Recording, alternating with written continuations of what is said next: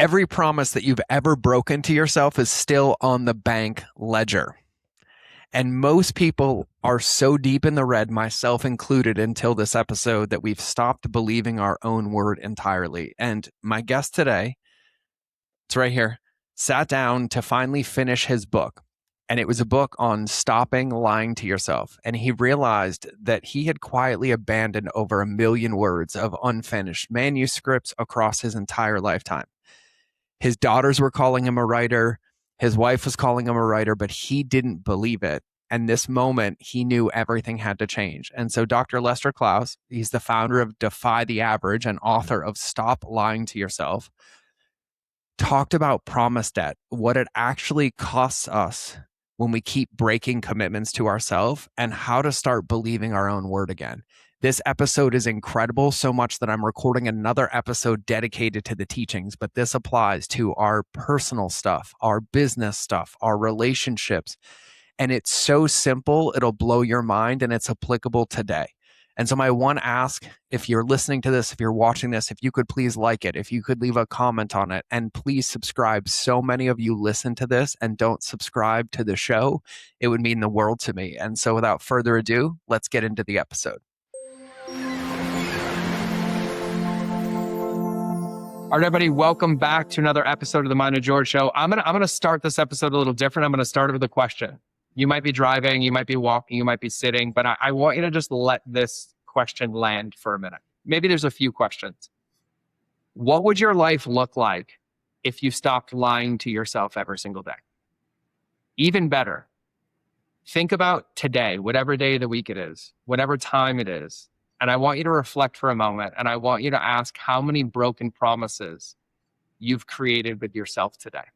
Because we are going to get into that, and I think it's going to blow your mind for all the things that you're trying to achieve in your life and how powerful of a concept it is. Because today, I'm excited. I'm going to be honest. We've been talking for close to an hour before even hitting record, and I would not have hit record if I didn't want to capture this essence for everybody. But I am joined by my new friend, Dr. Lester Clowes, and also shout out to your wife, who introduced us and brought us together. But he's a performance and life coach and founder of Defy the Average, which I love. He began his private practice in 2017 and has since logged more than 10,000 hours of one-on-one coaching, helping people, businesses, organizations across every context architect an ideal state of being and help them actually reach it, but also keep it. He has a brand new book that just came out, which I'm excited about. The cover got me excited. It's called Stop Lying to Yourself. And he shares the core frameworks that he uses daily that anyone, all of us, especially us listening to this episode because they're coming, to use them instantly so that you can build the identity of your choosing. And so I'm really excited to have him. And so Lester, welcome to the show, my friend. Yeah, thanks. I appreciate the introduction. Of course, man. I'll hype you up any day. I've been doing it for 45 minutes before we hit record. And I want to start here. When you hear this concept, I think all of us have to some degree joked or laughed about breaking promises to ourselves or lying to ourselves and not giving it the weight it deserves. And you have this pleasure. I've been doing this for a long time. We were geeking out before the show. Thousands and thousands of people coach. But what do you see becomes possible for somebody when they actually go the simple route of just starting to keep promises to themselves? Like, what changes in their life or in their business? Yeah. George, I, writing the book, I tell the story of how when I finally made the commitment last year, I was pulling all of these half-done manuscripts together. Some of them more than half done. I think I'd gotten 80% through, some manuscripts previously, whole handful of 30 to 40% done. And it was over 1 million words I had written over the years of books that I abandoned. And I pulled all this together in early 2025, and I saw my daughters working on their own books. And which was really cool to me because I loved every. I was 7, 8 years old, I think, when I started writing fiction, and it was so cool to see them working on their own projects. And I asked them about it, and they talked about, well, like, you're a writer, Dad. That's so cool. And holy crap, I felt like a fraud in that moment. They saw me as a writer, but I didn't see myself as a writer. And I'm an anime nerd, and one of my favorite anime is Gurren Lagann. And there's this character named Kamina who tells the main character Simone, like, believe in the me that believes in you. And my whole family loves anime, so that's always kind of been our thing. We always joke and say that to each other. And I had to stop lying to myself about all the reasons I'd never finish a project, why I'd never finish a book. And there's no good time to finish a book. Like, holy crap, it's hard. And so I had to stop lying to myself. And we started scheduling writing blocks. I actually leaned into them. They were my inspiration. And we started scheduling daily writing blocks. They do virtual school, so they're home every day. And we started scheduling writing blocks, an hour every day. And then, of course, that hour turns into whatever I have capacity for around my coaching, 2-3 hours. We're all sitting around jamming together. And I totally beat them, for the record. I got my book done. They still haven't finished theirs. And hopefully it doesn't take them 45 years. And so, George, I tell that story to try and capture the idea that when you stop lying to yourself, it sounds so cliche, man, but anything is possible. Yeah. And really what it comes down to is, what future state of being can you imagine for yourself? And what future state of being makes whatever you want to achieve possible. And if you can envision that, you can reverse engineer a process to get you there. And I know we'll talk about promise debt. It's kind of the core of the book. Mm-hmm. You have to honor where you are today. And that's the direction. That's where we want to get to, that future state of being. But then you have to get real about where you are today. And you have to look at that gap. And a lot of times you have to start embarrassingly small in terms of those commitments. And when you've racked up tons of promise debt, the smallest micro commitment can feel like a miracle, because you just start chipping away and you start believing in your own word again. Yeah. Oh, we do a whole podcast on that alone, because one of the things that you just highlighted that I'm gonna pin that we come back to is believing your own word, because I think that's an unintended consequence of this, but it's something that so many people face. And if you're listening to this, it might be the one where you have a coach who, like, I don't know what the right thing to do is. I can't figure out which path to take. Like, tell me which one to take. I see this one more than anything as a way to delay. And I wanna start here, because I think everybody listening to this show, we all have something in common. There's some semblance of self-awareness, and there's some semblance of drive and desire to have a different life, a different result, a bigger business, a more functional business, a streamlined business.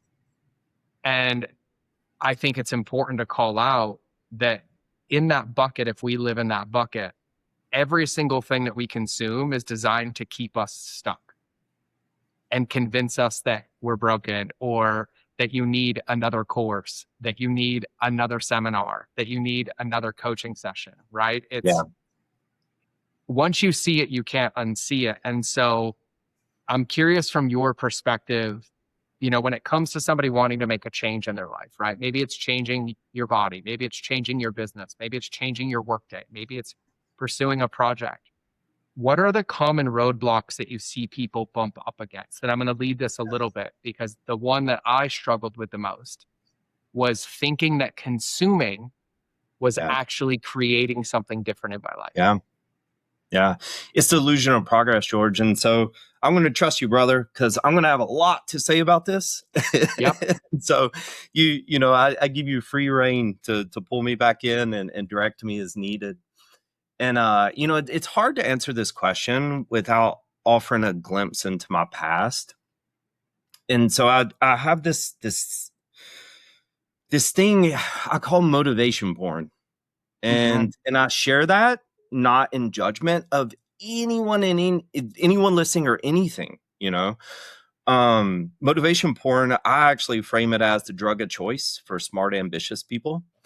And the reason I even came up with that lens, that concept of motivation porn, is because I was addicted to it. And in 2014, I moved my family across the country. We were living in San Diego. We love San Diego. And I moved us across the country to Texas to open some schools. I was working with the organization at the time.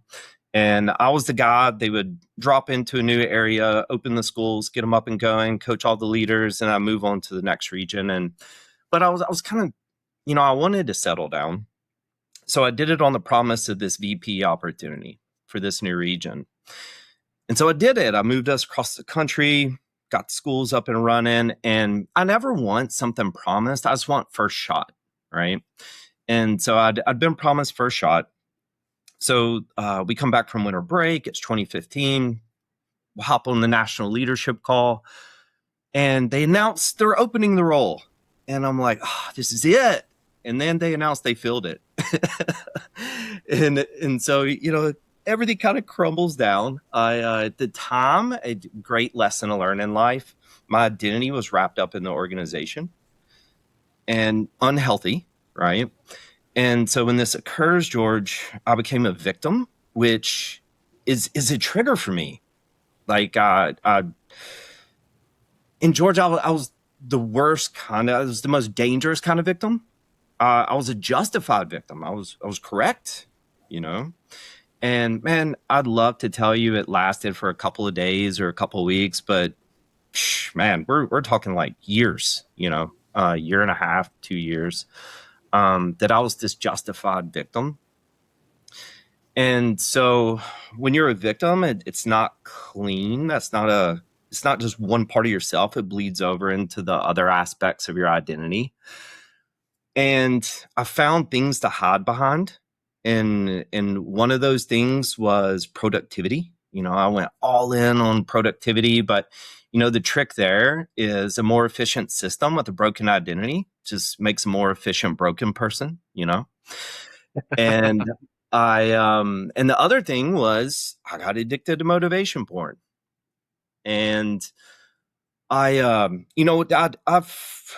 try and explain motivation porn as consumption over action.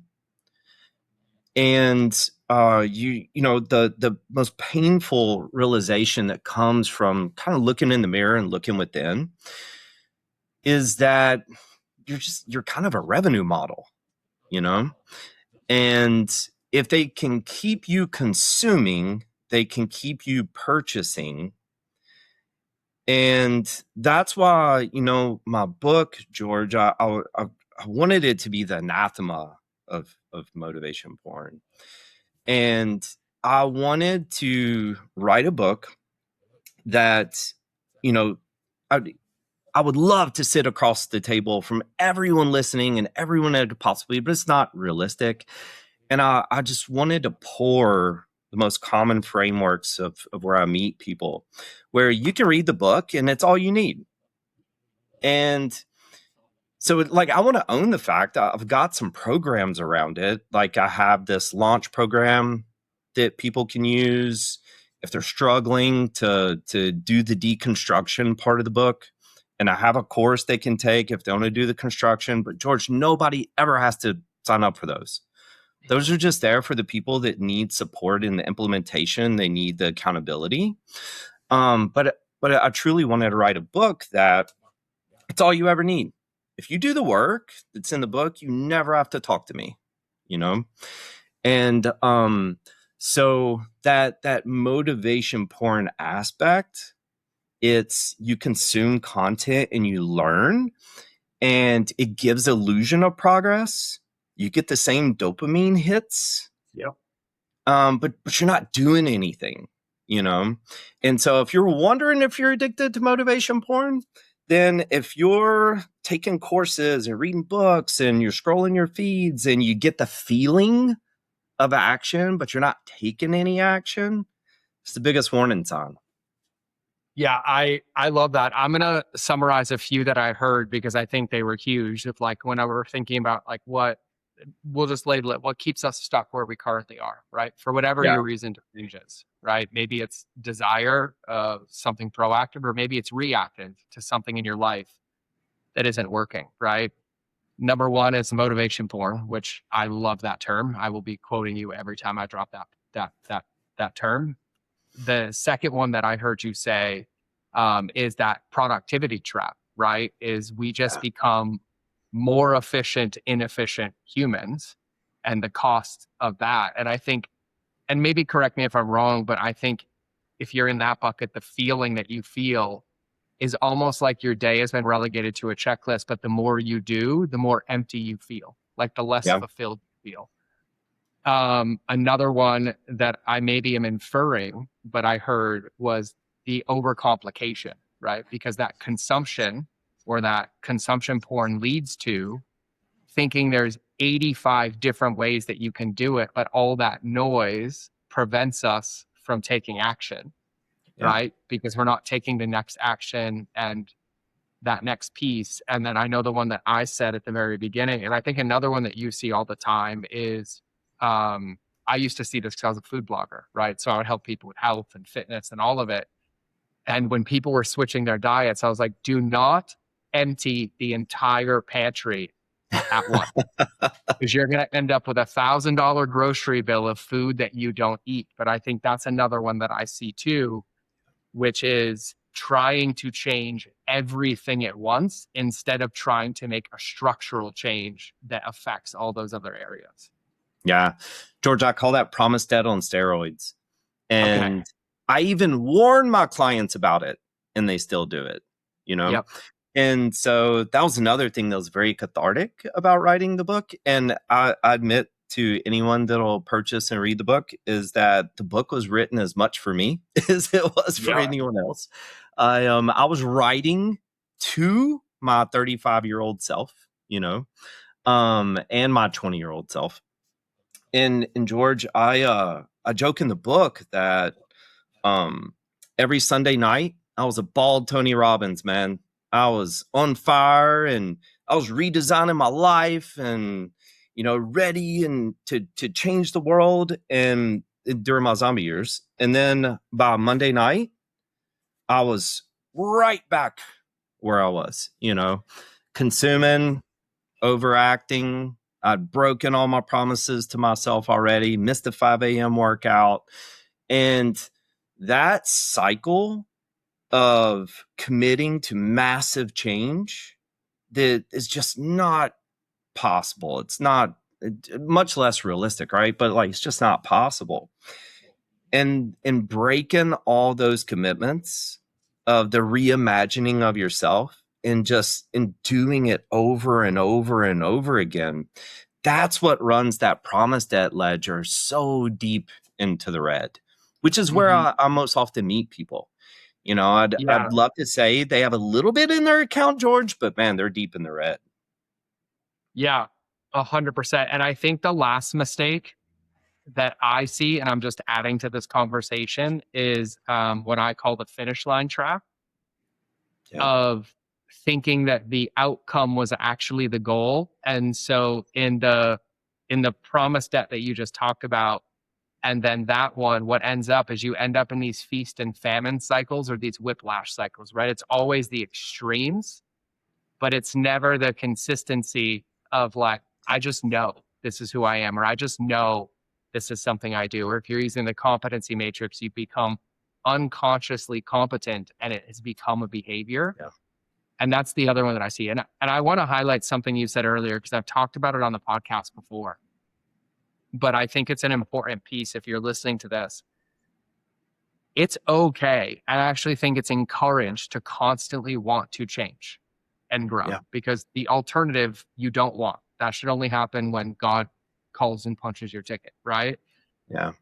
But in order for that to happen, you nailed this, is you have to kind of have an idea of where you want to go, at least a fuzzy direction, right? We'll call that the destination. But I know for me, the part that I struggled with the most was that self-honesty of where am I currently? And I joke with myself, that's like opening Google Maps. If you try this and you put in a destination, you hit go, it doesn't let you go. It says, well, where are you? Because Yeah. I need to know where you are in order for me to get you there. And I'm curious what resistance you see from people. I know there's people listening to this right now that are already like, oh yeah, more like self-help talk, right? More toxic positivity, more, what insert whatever, right? Am I just faking it till I make it? Like what are some of the common objections that you see? And then how do you navigate people through those? Yeah. I man, there's again, I'm gonna rely on you because there's a lot of good buckets, Gotcha. that you're opening up. Yeah. And so, I'll start with the being real with yourself. And I'll share an exercise that I'll often run into in my practice. And it's funny, I'll work with a client in leadership, or I'll work with a sales team or whatever it might be. And they see that I'm an expert in an area.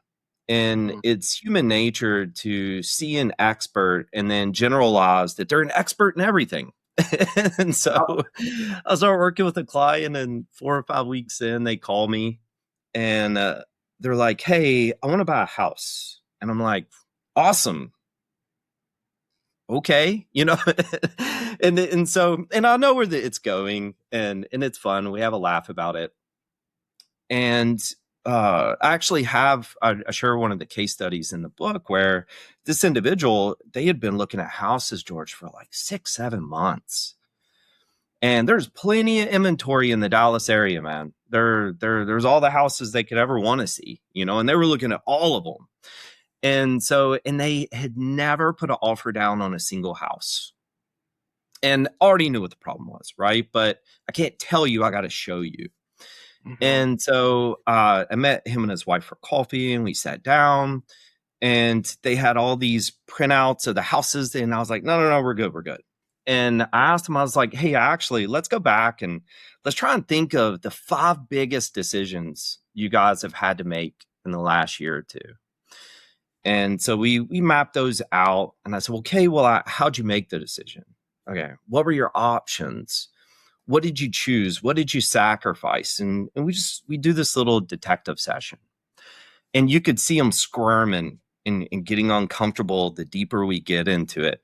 And the purpose there was not the discomfort, but the discomfort is a really important signal. And that's what I want your listeners to really hear, is the areas of discomfort are the strongest signals to unpack, and what is making me uncomfortable about this, and there's usually a gap between where you want to be and where you are.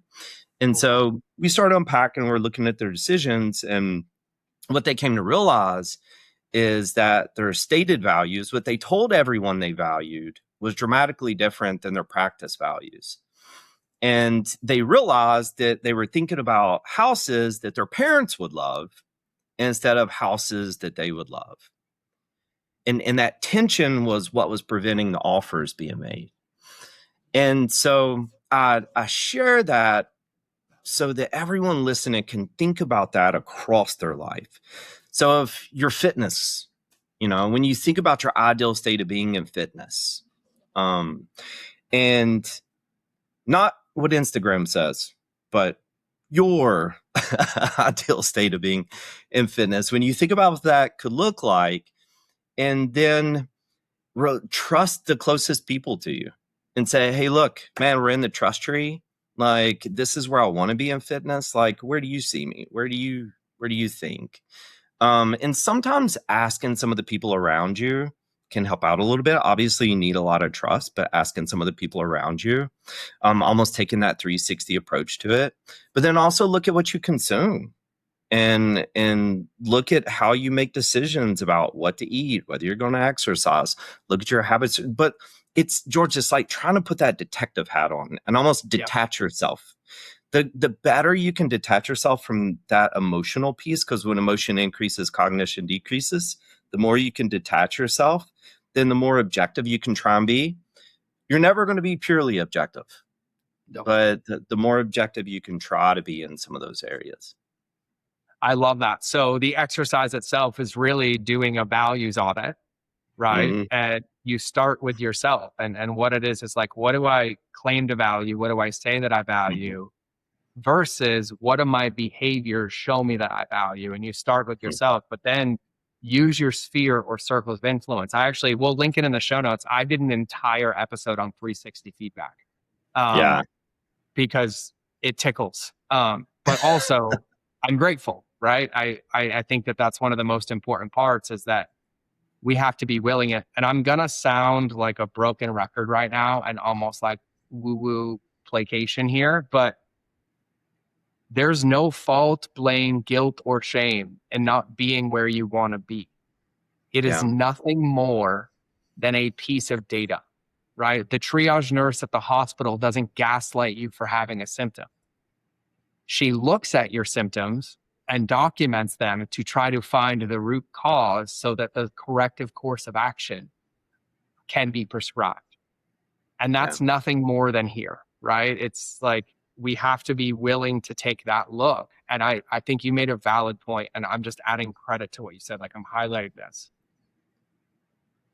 The places that we have discomfort are the places to explore. So even when you're doing this exercise, which everybody gets to do this exercise, this isn't a do it once in your life. It's if you ever end up in a moment where what you say you want and what you actually want are misaligned, it's a perfect opportunity to call in the reinforcements of this values exercise. But if part of that discomfort is you're uncomfortable with what we would call the current state, right? What your behaviors are dictating, and you have any of those negative emotions, that is the discomfort to unpack, because then you'll start to realize, just like Lester said, with like, oh, I wasn't taking action because of what my mom thought. When you get into that deeper bucket, sometimes not looking at that is from what other people think or what a pattern is in your whole life or what your upbringing was, but you have to have curiosity to find it, to heal it. So I absolutely love that. And since we've talked about it, I don't know, 11 times already, can you tell everybody what promise debt is? Yeah. No, so we want to think about promise debt as your relationship with your word. And we'll start there. And everyone listening can do a quick test with this. Think about a commitment you made to yourself last night, this morning.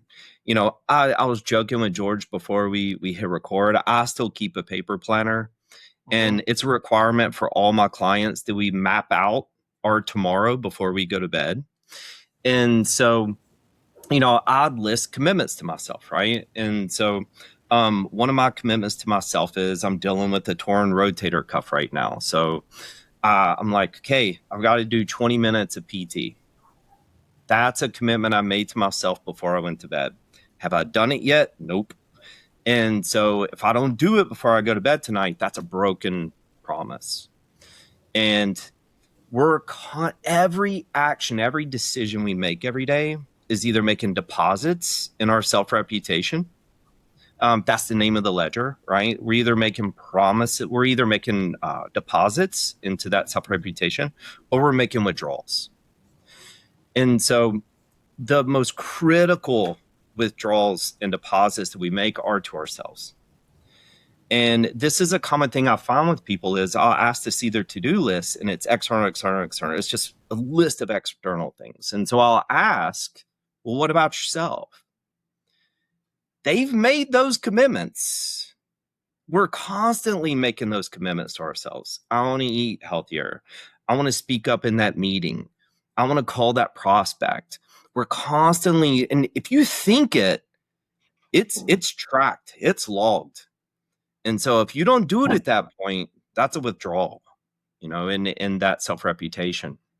So promise debt is the accumulation of all of those broken commitments.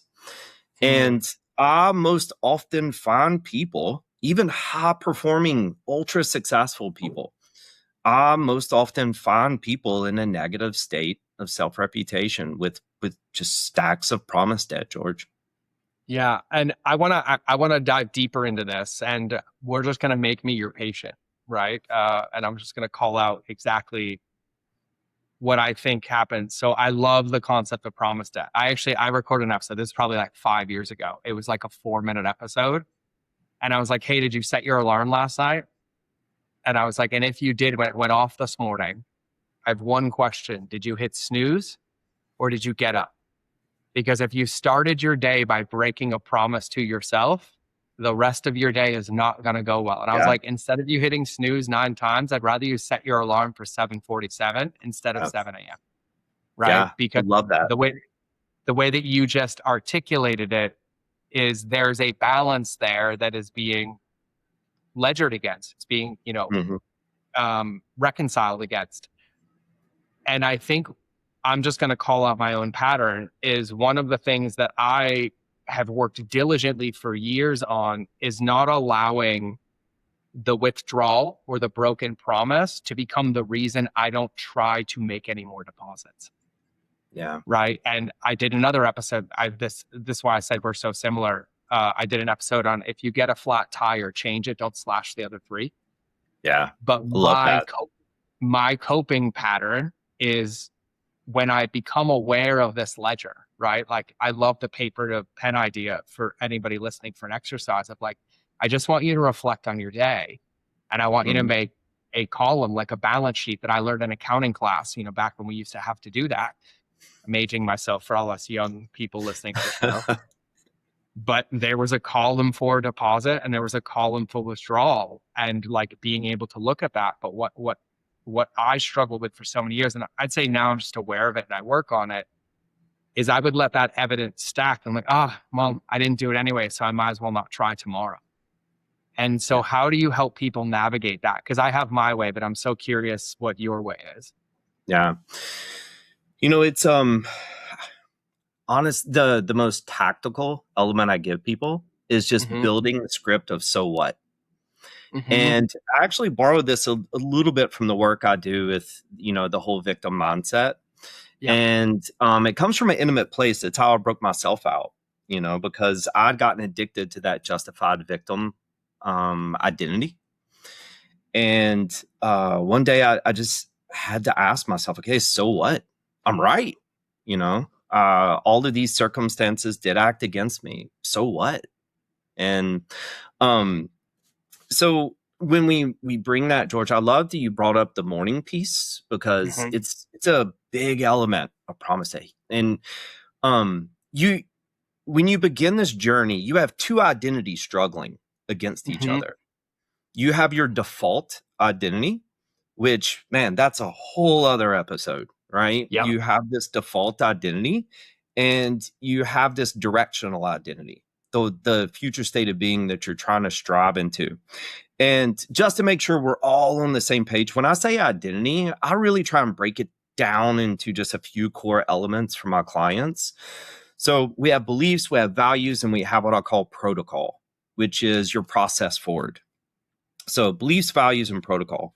We touched on values, right, which are how we make decisions. And then you have beliefs, and then protocols process. So the second you wake up, George, there is a moment where the default identity, it doesn't have to win. All it has to do is delay long enough that the directional identity doesn't win. And so just make sure all the listeners, like, the default identity doesn't. So I'm a history nerd.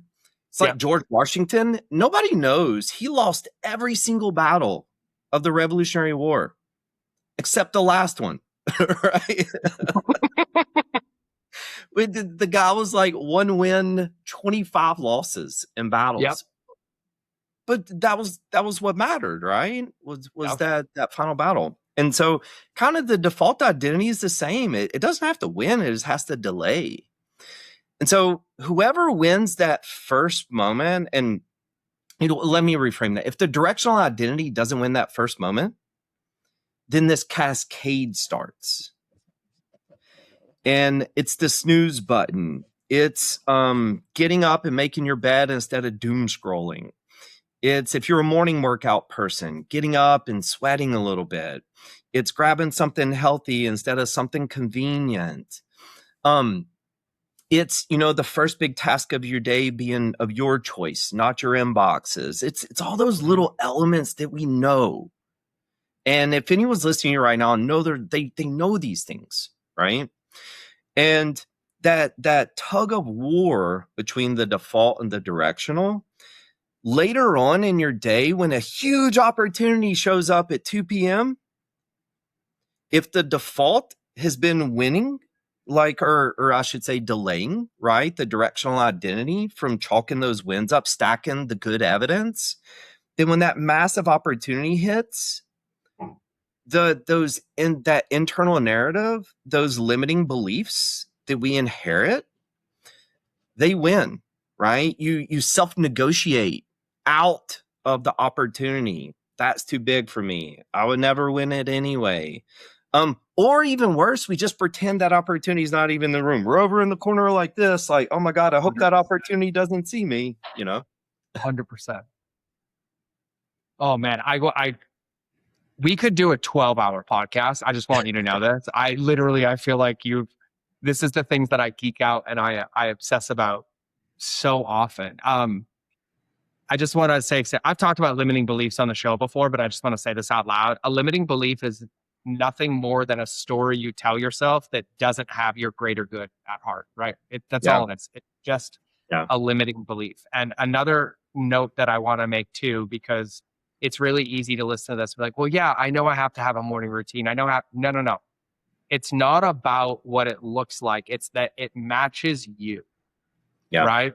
Some people thrive getting up at 4:30 in the morning. That doesn't mean you will. You can have the same result getting up at 8:30 in the morning, but doing the things that Lester talked about, right? And I think that that's a big point. And I'm curious your perspective on this, because all of this ties together so well. You talk about like delaying that default identity, and I'm gonna make this real for everybody listening. I did this last night, if I'm being really blunt, navigating some big personal challenges. I looked on my kitchen counter and I had the entire 2-gallon container of peanut butter filled pretzels from Costco, right? To the point where their ratio is completely off. So I have powdered peanut butter next to it, so I can mix up some powdered peanut butter and have the right ratio. Okay, cool. There's my inside fact kid. I came home, had a call, was super stressed, and I mindlessly started eating them. I got like 5 in and my brain went, wait, this isn't what you were going to have for dinner. And in that moment, I had a choice. Yeah. That choice was, okay, do I do what I normally do and eat half the container? Or do I celebrate the fact that I just caused it and insert another behavior? And I closed the container. Yeah. I wanted to hold myself accountable. So I opened my Fitness Pal and I logged the 5 of them that I ate. And it also happened later that night because I sat down after my day, got my son settled, was making him dinner. I sit down and I put YouTube on. And like mindlessly, right? Because I consume YouTube. And I start watching something that didn't fill my bucket, nor did I want it was Kill Tony, nor did I want my son watching. And I struggle with this, right? Yeah. And so then I'm like watching it and I caught the feeling. I'm like, wait, I don't have to watch this. Yeah. My breakthrough in that moment was just hitting pause and turning it off and then finding one thing to go. Yeah. And go do that was differently, right? And there's a couple of questions in here, but I'm going to start with one because I had this thought when we're talking about the ledger and making deposits. What is the importance and how does somebody go about celebrating the deposits? Because I know one of the things that I do is I will minimize my deposits. Yeah. I will say things like, oh yeah, but all I did was walk for 10 minutes, or all I did was pause the video, or oh great, I put the pretzels down. And I will diminish my own positive deposit before I ever have a chance to stack that win. So I'm just curious what your thoughts are on that. Yeah. So I'm going to speak to that, George, but you got to promise to come back to so what. So help me remember to come back to so what. Because I want to speak to those little moments of failure, right? And so, but man, I know you love this book too. One of my favorite books I've read in years is The Gap in the Gain. Love that freaking book, man. I honor The Gap in the Gain in my book. and I used the framework in one of my chapters, and I cited in my research notes. Love that book so much. So for listeners that haven't read the book, the premise is that kind of our toxic grind culture that we've created. And by the way, before there was ever an Instagram, it's cultural in America, is that we focus on the gap. And this is critical for the work I do, right? And when I share this, we're thinking about all the frameworks I've already spoken to. We focus on the gap between where we are versus where we want to be. And you're always going to lose that comparison. Because as we actually get closer to what we think of as the finish line, we usually move it out further, right? Yeah. And so the gain mentality is, instead of focusing, you still want to think about where you're going. You need that directional capacity. Like you need to know your shoulders are squared up in the right direction. But the gain says you focus on where you were yesterday or where you were previously versus where you are today. And that piece is so fundamental to any identity change effort. Because if you are focused on that future state of being as the ultimate, the decision maker, and whether you had a good day or not, you're going to feel pretty cruddy pretty quickly, and you're going to abandon the effort. Mm-hmm. I love it. And question 2, is there ever a deposit that's too small to celebrate? Absolutely not. Absolutely not. And so to kind of bring those two questions together, I have what I call PAR cycles. I actually don't mention this in the book, but bonus for everybody listening. Plan, act, reflect. And so we do my clients, we do micro PAR sessions, and we do macro PAR sessions. And so because you're going to screw up. Yep. And so I know people hear failure and they have an emotional reaction to it. So I try to reframe it as progressive failure. I do it in the book. I do it in my practice. And failure is not a judgment. It's a data point. Yep. And we have to embrace that in this identity change, because identity change is hard freaking work, man. It is so hard. And in the book, I talk about a concept called the desert, where there's 3 phases of identity change. You have the early enthusiasm, and it's sexy and it's fun, and oh my gosh, I'm embarking on this change. And then, life punches you in the mouth. And, man, we could have a whole episode on motivation. I know it's near and dear to your heart too. Yeah. And motivation is a feeling, and we have to learn to operate independent of our internal state. And you can't do that in phase 1. Phase 2 is the desert. And that's where you're operating on blind faith. And when I say faith, I mean that I will keep performing this and I don't see the results yet, but I'm committed to the result occurring, right? Yep. And that desert is brutal. Not many people make it through it. But once you do make it through that desert, you do achieve a new state of being. It might not be exactly what you designed, but it's growth, Mm-hmm. And so when we talk about those PAR cycles, George, like in the micro and the macro PAR cycles, if I'm sitting down with a client, we usually design what I'll call 2-3 hour burst. And I don't want people to design an entire day, because they will never reflect. It's great to say, oh, I'll set an alarm and I'll journal at 4:30. You're never going to do it. No. And so if we design 2 or 3 hour sprint blocks, and you reflect on, okay, this is what I meant to do, this is what I said a good 2 or 3 hours look like, and you check it off, right? You need that physical piece of checking it off or seeing it checked. And even just doing that is a deposit in the account. Yeah. And so you asked, is there ever anything too small? I would actually contend, when I first start working with people in the area of promise debt, I encourage them to get embarrassingly small. Yep. with their deposits. Because when you're negative in promise debt, the tiniest commitment kept for 7 days feels like a freaking miracle. Because it is, by the way. It's you rebuilding that relationship with yourself. So I share this in the book. My oldest daughter, who has always been kind of like my emotional care daughter, she's she's like, it's like she has a sixth sense of when like I need a hug or a little encouragement or a little love. And we both love superheroes. We love anime. She knows I'm a big Captain America fan, and she was 5, and this is during my zombie years. We were at Target, and she saw this Captain America shirt that said All-Star Dad. And she was like, "You've got to get that. Like, you're a superhero, Dad." And it's just like knife. And so I felt like a fraud buying the shirt. Like, I couldn't even imagine wearing it, George, And because I knew every night when I told them I was going into my office to build the coaching practice I was going to launch one day, that I would read a chapter of a book, maybe. I'd watch a video of some course I bought that Instagram said I needed that I would never finish, and then I started playing video games. Yeah. And so I knew, the real self, the real Lester. I knew what my ledger with self-reputation was. So buying the shirt I felt like a fraud.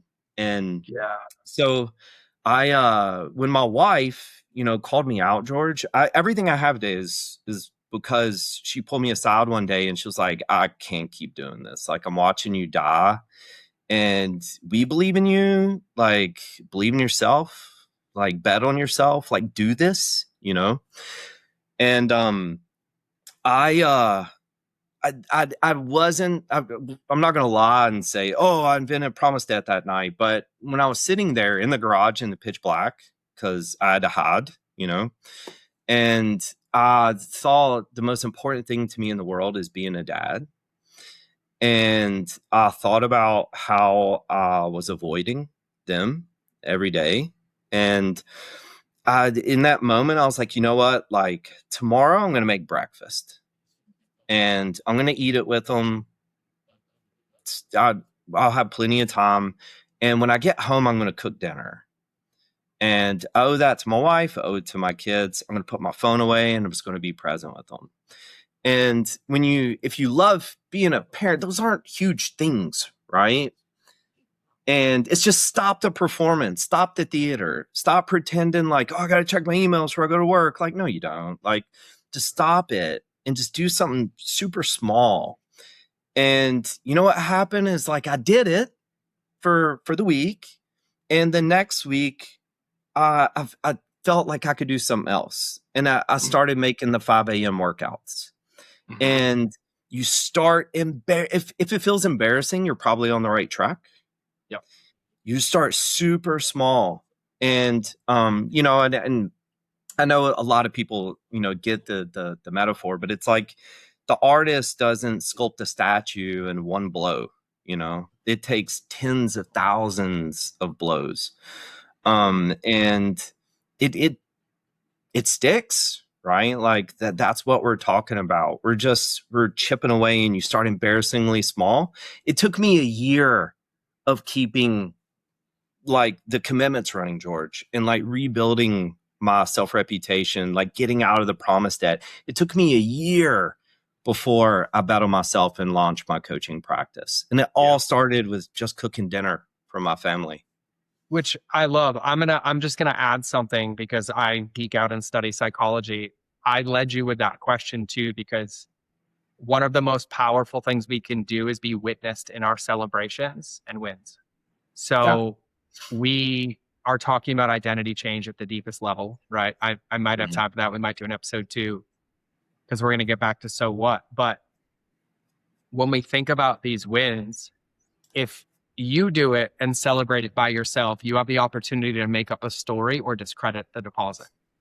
Yeah. But when you're witnessed in it, it changes us. So whether that's somebody in your inner circle, which you call your trust circle, I call it my inner circle, right? Anybody. the moment we're witnessing it, it changes. And you know how you use the sculptor? The thing that blew my mind one day, I am not artistic at all, and everyone's going to laugh at me. But I remember looking at a painting, and then I had a client who was a painter. And I was like, I don't get how you paint that and it looks like that. And he's like, how do you think I paint? I'm like, how do you like Bob Ross this? Like you paint mountains? He's like, bro, there's 1,000 layers of paint underneath that picture. Yeah. And I was like, what? He's like, yeah, like if I don't like something, I paint over it, and then I paint over it and it's layered. I was like, my mind like broke. Yeah. I thought people sat down and just painted the Mona Lisa that you see. It like broke my brain. And so one thing that I'm going to call out, because I don't want this to be lost, there's not one of us listening to this right now that cannot benefit from making embarrassingly small promises from this point forward and putting it into practice. And I say that knowing that each and every one of us is probably thinking of one right now that we keep avoiding. I will own mine. I told Lester today, I have not been to the gym in 8 months. I get my steps every day. I get my walks in most of the time, but I put it in my calendar. And the moment this call is over, I am going back into the gym. I am 15 feet away from it. It's behind me. Whether it's a half an hour, whether it's 45 minutes, I like made a plan. I'm going to take the action. I'm going to reflect and I'm good at whatever it is. And then you know what I'm going to do? I'm going to call Kate the moment I'm done. I'm like, you'll never guess what I did today. I actually worked out for the first time in 8 months, right? At a level that, boom. And it started this weekend because I was like, oh, I'm going to go for a walk. I'm like, why don't I go for a hike? It's my favorite thing to do. And I was like, cool. And I went for a hike. And then you know what happened the day after? I went for another hike. And then the day after I went for another hike. And then ironically today, I'm like, man, I really need to train. It all stacks. Yeah. And that feedback loop and celebration is so huge, but all of us get to make these embarrassingly small promises and start working the account in our favor. And you said this in a multitude of ways, but I love the default for directional versus directional. Yeah. But what happens, and this is my interpretation, correct me if I'm wrong, but when we increase our promise debt, we increase the power of the default state. Yeah. And it becomes the thing that happens automatically. But when we increase our deposits in that promise debt and we start working it out, it starts to create the pauses between the default to allow the directional. And every time we choose that, no matter how big or how small, we are actually identity shifting. Yes. Because we're consciously choosing. I did a whole episode on the competency matrix, so I'm not going to go into it, but we're basically going from aware to learning. And when we make enough of that debt come back to the positive, that becomes the default, which is an identity change. Yes. But it all starts small. And so I want to get back to this so you don't get mad at me, but like, so what? Yeah. So and it was the progressive failure. And so George, like I just want, it's hard to do I always jokingly call them if I get hit by a bus moments. And so if I get hit by a bus and none of you ever talk to me ever again, right? There's a lot of them today, but one of them is you have to stop, your pretzels moment. So beautiful, right? In that moment, you can either choose, grabbing 5 of these pretzels is a data point. And just real quick, like, why was this my instinct? Why did I grab them real quick? What happened? Okay, how can I make it more inconvenient next time, right? Like, what should I put over here this time? They're data points. They're not judgments. And so you just that concept of progressive failure, it's a muscle you just have to build where it becomes your default response. Because you built enough evidence around it, right? And so you actually just brought up one of the most profound things we've discussed whatsoever.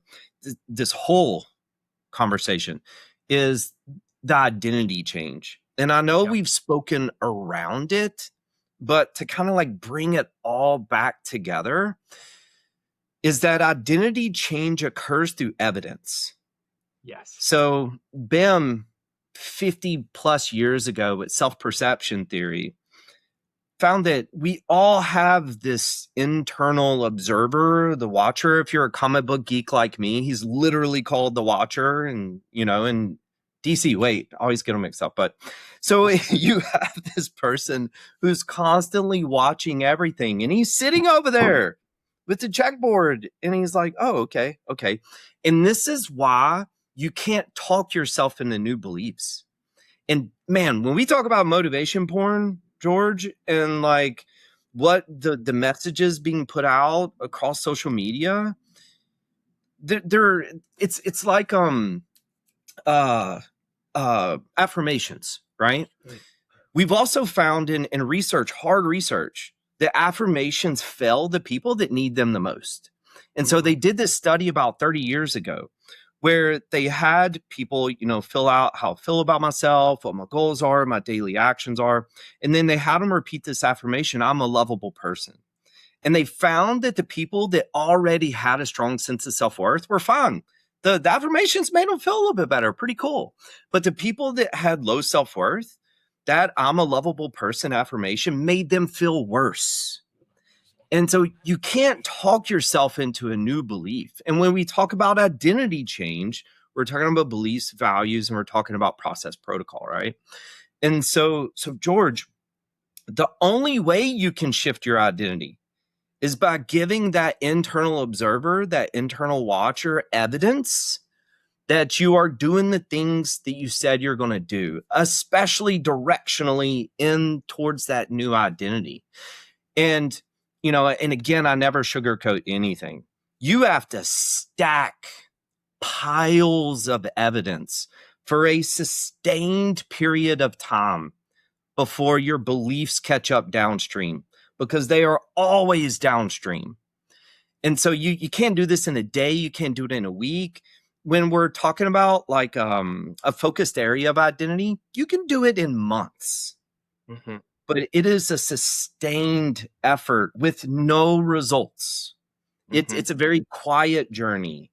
You can have a group that you're sharing it with, or a mastermind or something like that. Sure. But even then, it's still very much an internal journey. There's no applause. You're not going to, the feedback loops. The only feedback loop is you, George, saying I did this. Right. Yep. And so that's why you are the cavalry. And mm-hmm. we have to accept that in life. Nobody's going to come and save us. And you're the cavalry, you are the system, you're your own cheerleader. Which I have so many thoughts. And number one, I love the way that you broke down, identity. I'll use the pretzels. Screw it. I'm just going to use the pretzels.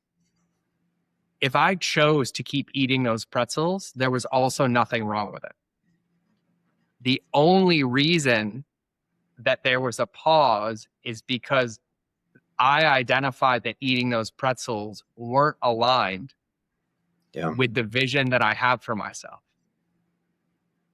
That vision is I want to be a healthy dad who's always the jacked dad who can do backflips at 80. Yeah. And I'm not throwing shade at anybody. If I also wanted to be the dad that had dad bod and didn't do his health and take it seriously, there's nothing wrong with me continuing to eat those pretzels. Yeah. Right. But you said this very early on in the show, we have to have peace and clarity, at least what I always called as a fuzzy direction. Like, I don't even know what it's going to look like, but I know it's somewhere over there. Right. Like it's somewhere there. Right. Like I went through a phase because I lost 100 pounds 4 times, by the way. But the last time was for my 40th birthday. And when my 40th birthday hit, I had a shredded 6-pack. That's awesome. I thought that's what I wanted. Yeah. Turns out once I had it, I was like, I don't need veins in my abs to be a dad, to be a good partner. Not sustainable. And truthfully, I am exhausted. Right. And I got clarity. Now I'm like, I want to be within 10 pounds of having that. If I chose to have it, I could have it. But I want to be in shape. I want to be limber. I want to be mobile. And so I think the most important thing underneath all of this is that we have to be willing to look in the mirror with curiosity and ask ourselves what it is that we truly want. Not what our partner says we want, not what our kids say we want, not what a parent who's buried 6 feet in the ground for 20 years says that we want. Like, what is it that we want? And then we can't compare that to everything that we see, because your destination is very different than everybody else's. Yeah. And so I know for me, I struggled a lot with identity change. It's because I was rejecting the identity I was trying to create because it wasn't mine. It Yeah. wasn't aligned with who I wanted to be or what it is that I had or what it is that I wanted. And I wanted to make this point, and it might seem really, really obvious, but you talked about this a lot, especially in your identity section, where we have to fall in love with the process because, as Matthew McConaughey talks about in Green Lights, right, there's this massive delayed gratification that has to come, right? By the time you get the feedback, you're already working on a whole new identity. Like you're like 3 or 4 late, right? When that feedback loop comes, you look back, you're like, wait, that was like so 12 months ago, right? So there's this process that we have to fall in love with, and we have to be okay with it. It has to be for you, but you have to know what it is that you want. And then you have to be making that decisions in a way that you can sustain that and be honest with yourself, because that identity piece, you nailed this over and over. By the time, maybe it's just me talking about my own and me coaching people, but by the time you realize you have that identity you wanted, you are so far past it that it's just become its default. And I know I overcomplicate this a lot, and I have, but I think every one of us can resonate with this. If you are a parent, tell me right now that there was any book, any course, or any coaching that could have prepared you to be a parent. None of them. Yeah. We didn't have the identity of a parent, but then in that process, we had this desire of like what we valued as a parent or what was important. And then without anybody noticing, the 2 a.m. wake ups, the 4 a.m. wake ups, the supporting your partner, the picking them up from school sick, the rearranging your whole calendar, the putting them as the number one priority in that process, we made all these micro promises to ourselves based on those values. And then we followed them. And then eventually we all got confident as a parent, because then the second one came, we're like, okay, right? Like there's nothing that's going to rock you, or even us as entrepreneurs. None of us went to school. None of us were bred. Nothing can prepare you for an entrepreneur, right? Nothing. And yet we have this desire, and we're like, yeah, but I have clarity on the other side, whether it's what I want my business to look like, what I want my day to look like, how I want to present my gift to the world.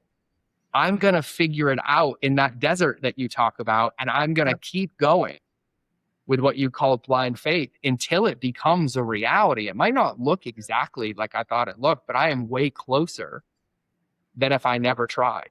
And I know we're getting near the end, but I just have to echo more of what Lester said. And it's so simple. It's stupid.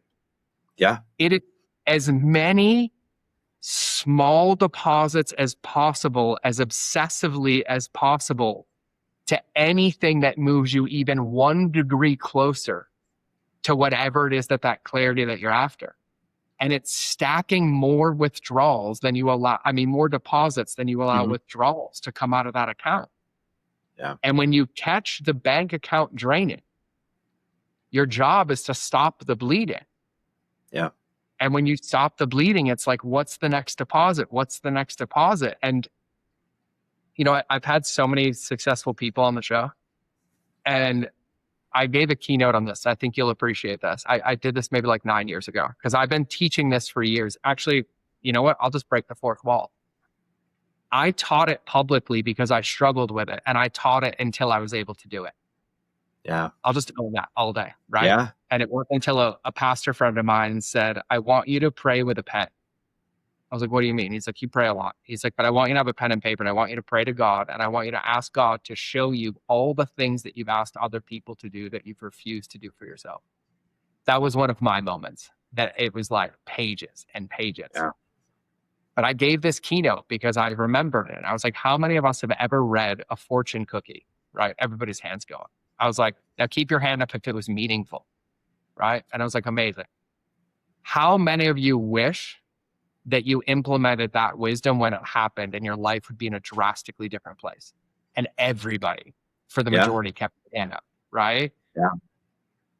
And all the things that we've talked about today, we fall into this trap of like almost making it so overcomplicated instead of just setting ourselves up to win and understanding it's a process and a progress. But those small deposits calculated out over 2 years, over 3 years, Yeah. you are ages away from where you started, but you have to be able to make and sustain the small ones and almost like earn the right to add the bigger ones, and the bigger ones because it increases your capacity. Yeah. That's it right there. Right. And George, like what you're speaking to always, it's kind of a half joke with people, right? But I always tell them if common sense was common practice, I wouldn't have a job, you know? And so if I'm coaching or talking to someone and they nod and they're like, yeah, and then they're like, oh God, it feels like such common sense. I know I'm actually coaching, right? And so we overcomplicate this so much. Now, I'd still have a job because people need support with implementation. 100%. But like, but it's like if common sense was common practice, we'd all be crushing it, you know? And so I encourage people to never turn away an idea or a framework or anything because it feels so common sense. That's actually like, if it's common sense and you're not doing it, that's an even bigger tell, right? Yeah. Like, so instead of holding it at arm's length, ask like, am I doing it? Like, is it that common sense, common practice relationship, right? And lean into that. And, you know, there's one last really big topic, and I'll keep going, but there's one last really big topic you've touched on, George, that I just want to make sure that we bring home for people. And I'll connect it all the way back to the beginning when I was a victim. Yeah, when I was a victim, George, every time you point at someone else in blame, what you're really saying is my future depends on them changing, not me. And so we can take that, though, George, and we can actually connect it to all kinds of areas of our life. And so whenever we come around to values or beliefs, and or by the way, you know, some, you know, expert or whatever online who's saying like, no, this is what your morning should look like you were speaking to, right? And I'm not saying we shouldn't learn from those people, but we have to be very mindful that that's the intent, right? Because every time you borrow someone else's belief, or I love what you said about parenting. If you try to be your parents, then you're relying on their feedback that you're doing a good job. Yep. Right. And so if you see what a friend is trying to do as a parent, test it. But test it with yourself in mind. Like, I am testing this because I am trying to adapt and grow and evolve as a parent. And I know I'm probably not going to do it well, but you have to bring, that's why the values and the beliefs, you got to bring it internally to yourself, because otherwise you're relying on external feedback that you're doing a good job, unless you internalize it and say like, this is who I'm trying to become. This is it, and it's directional. You don't have to have a finish line, but this is who I'm trying to become, and this is what I'm testing out. And then borrow away, sure, like test, like, oh, that looks cool. But it's from an internal place. And I hope I'm capturing that dichotomy, because it's so critical. If you're not bringing things internally, your own feedback doesn't matter. As long as everything is externally focused, you're always going to be relying on other people's feedback. And to your earlier point, it's usually way too late. You know, 100%. Yeah, one of my best friends who's a NLP practitioner and trainer, we geek out about this with NLP, but he has this one line he always says. And he says, where you point your finger, your power goes. Yeah, 100%. Right. Yeah. And you just said this and you just nailed this. There's so many levels and layers to this. And we'll have to do an episode 2 or 3 or 5 or 7. Just consider returning guests, because I could do this with you all day. Right. You just nailed a giant point, and I'm going to tie this together with an open loop that I said earlier, where I said we talk about trusting your word. It's hard to know your own word when all you're doing is regurgitating everybody else's, because we're consuming, we're breaking promises to ourselves, We're trying to adopt other people's frameworks and practices and protocols without knowing what the values and beliefs underneath them are, even if we're aligned. And so your note about internalizing them, and I don't know why this has just been a common theme in my coaching in the last like 2 months of like trusting my word.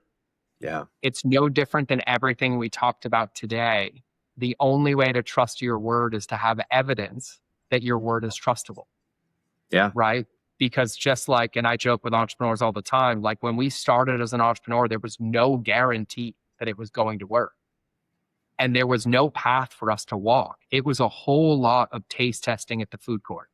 Yep, tried it. Nope, didn't like it. Tried it. Let's keep it. Oh, don't like that one anymore. Boom, boom, boom. But that's where that trust comes from. And I find that lack of trusting our words starts by advocating our own choices and responsibilities and decisions to everybody else. And even if you have the best coach, Lester and I both coach. I love coaching. Yep. But just because I say something doesn't mean it's the right thing for you. My hope is that you were like, oh my God, that triggered this idea. I can see that for me here. And we come up with that solution. Yeah. But sometimes, and I'm just going to acknowledge this, you taking from an expert something they say to do and you doing it might be a broken promise to yourself if you haven't weighed it against your values and beliefs. Yeah. So that is creating withdrawal in the promise bank account of self-respect and self-reputation, right? And it's slippery because we're like, yeah, but he said to do it and he said to do it and look where he is. And I was like, yes, but if it doesn't match internally, that's a broken promise. Yeah. And it just becomes more and more evident. So I don't know, that just correlated in my brain when I was thinking about it. No, I have a whole chapter in the book dedicated to borrowed identity. And, it's actually borrowed identity always breaks, George. And again, it's okay to observe and learn, to test, but so for example, I use this case study where this young up and coming leader, and dude was super talented. He was awesome, but he had this VP that was larger than life. And so he was trying to mimic everything about the VP he could. And I'm not kidding you. He would even practice pausing in conversations, like down to like that micro of a level of imitation. And of course, disaster hits a few months later.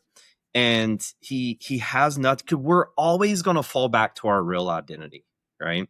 And he had nothing to fall back on. Yeah. And so that borrowing an identity, regardless of context, you're always setting yourself up for at best just some promise debt, but at most a total collapse publicly. 100%. Which I'll save everybody. I had 3 midlife crises because I had no sense of identity. And I'll own this for everybody because this is where we're going to land. And, we'll tell everybody about the book. You can answer that. But I'll say this with confidence. I never asked myself what my vision was or what I valued in my life until I was 37 years old. Yeah. It took me failed relationships, failed marriage, failed businesses, because my survival instincts, because of my childhood, were my vision is whatever the person who's closest to me vision is, because that's the only way that they'll love me, that they'll stick around, and that I'm safe. And it wasn't until that broke so many times that by force, because everything around, there was no answer anymore, I actually had to do the inner part. And for me, it wasn't even checking it against my values. It was like, what do I value? Yeah. Like, what do I believe? And people watching the show have seen it. You go back 2.5 years, every episode had 190 F-bombs. Yeah. And I was a fair weather person of like whatever. And I talk about everything because I actually knew nothing about myself or what I valued. And so I just want to give credence to what you said. It's so important that the most important clarity that we will find is asking the mirror the questions that we're trying to get from everybody else. Yeah. And there's also nothing wrong with saying, I don't know. Yeah. Because at 37, I was like, what do I value? I don't know. But I started looking and borrowing. And I'm like, oh, yeah, nope. I do want to be a dad that way. I'm keeping that, but I'm going to make it mine. Oh, I don't want to do it that way. But I learned now and I'm going to do it. And it became this, as you said earlier, this curiosity of all these data points of just self exploration. And I'm going to land with this because of the whole thing. I'll find this interview and send it to you. You will love it. It's Mike Tyson with Sadhguru. Now, before I was a Christian and before I knew Jesus, I would consume everything. New Yeah. Age, onto so now I just read my Bible all day. And I'm like, where have you been my whole life? And it's like leading me to you. But it's in person, Mike Tyson and Sadhguru having a conversation. I could not think of more polar opposites. But somebody asked a question, and this stuck with me the moment I watched it. It was maybe 5 years ago, 6 years ago. I played it at an event. And somebody asked Sadhguru a question, and he said, you want to know why we struggle? Is because we get issued a vehicle, and we're taught our whole life to never open the owner's manual and look on the inside. And we are the owner's manual. Yeah. Like we are the one, but we don't explore it. We don't ask the questions. We don't see what lights us up. We don't see what brings us life, that drains us life. What do we value? What do we believe? And we don't challenge our own beliefs. And so then we end up shells of ourselves, or what we have end up in is the dissonance, the identity split. Yeah. Of, we spoke about this earlier, we end up living somewhere and then we're like, how did I get here? Yeah. Well, it's the default taking over and over and over again. And the default is dictated by our entire previous life of caught or taught beliefs, caught or taught values, and even some caught and taught protocols because we were trying to mimic somebody or create something. And so I loved this conversation. Let's do this because I'm definitely having you back, whether you like it or not. And if you say no, I'm telling your wife. Because Just assume the answer is yes. Where can everybody find the book? And I also know you have a quiz, which I loved because I went through it. But can you tell everybody where to find the book, where to get the book, and where the quiz is? Yeah, absolutely. So Defy the Average is, if you pop over there, there should be, I haven't looked at it in a while, there should be a banner right there that says, find out how you're lying to yourself. And so that'll link you over to the quiz. Also have a section on there where you can purchase the book. It's across all distribution. So if you don't want to support Amazon, it's okay. You can, it's also available under Barnes & Noble, other small book, indie book retailers. You can also, if do bio.link/defy is my bio links. If you want to avoid the website, all good. You can pop over there, direct links for purchasing. Amazing. So I'll put everything in the show notes. So just to summarize for everybody listening, it's defytheaverage.com. Both the book is there and the free quiz is there. Mm-hmm. The book is out. And then if you go to bio.link/defy, you'll see the quiz, you'll see the book on Amazon, Barnes & Noble, all of his stuff. His social is linked.